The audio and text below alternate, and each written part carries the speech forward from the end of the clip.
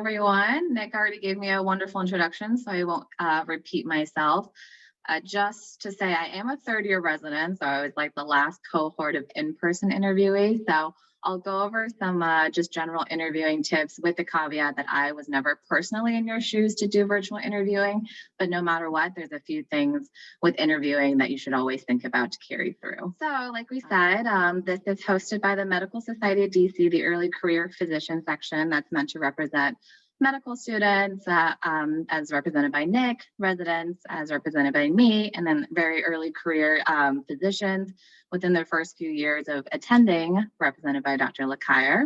We're really happy to bring this session to you on acing your residency virtual interview.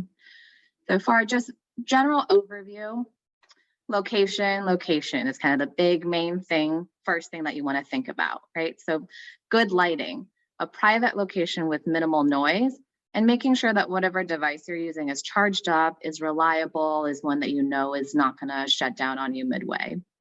And also depending on what platform each residency is using, making sure that you have some familiarity with using the platform before you go in. And of course, eye contact still matters, even in a virtual setting. And the hard part here is that maybe for me, I constantly am trying to look at the person. I'm making literal eye contact with the person on the screen, but that's not the same thing as making eye contact with them because that's actually with the camera. So interestingly enough, we got a tip from someone who said that they got really good feedback on their on her eye contact by minimizing her interview screen so it wasn't big in the middle and just moving it up near her webcam. So that way she was both kind of looking at the person and staring directly into the webcam, because it's still really important to maintain that kind of connection even over a virtual setting. And the fun thing about the virtual setting is that you have a little bit more tools that you can use. So you can use your space. You can look directly at your webcam and still have Post-it notes next to it. I even personally have a setup where I have a second screen right behind my laptop. And these are all ways that you can have just some reminders, some notes up for yourself if you get nervous, a few points, key points that you can have as a reminder that you want to hit on. And it's just something that you can use as a tool in this virtual space. And of course, practice makes perfect. So if you went and did real interviews, you would still be doing practice and mock interviews with your family or with your mentors. And the same thing really applies to virtual interviewing. So try partnering with someone else, maybe even recording yourself, so that way you can look back and get feedback on these cues that we talked about, the eye contact and the way that your virtual interviewing presence is. The main thing here for practicing is that you're going to get a lot of the same questions on the interview trail, but you don't want to sound rehearsed. You're not trying to read off a script, even if you do have those little notes to remind yourself. In the end, you're trying to have a very natural conversation with someone else. And so sometimes that just takes practice.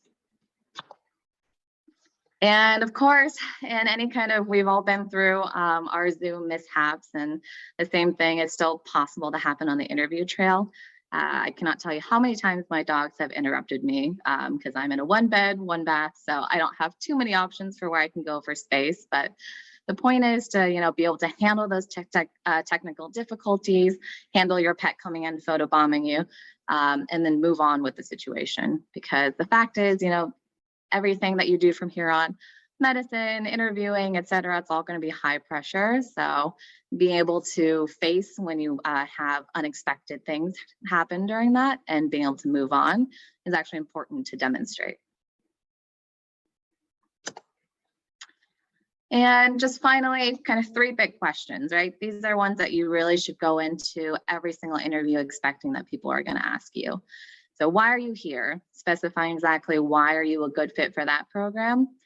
And of course, the dreaded tell us about yourself, which is part of the talking about practicing that kind of natural conversation that you have, because you're not just trying to read off the little bullet points of your Post-it notes. You're trying to really tell them a story about yourself, but keep it concise.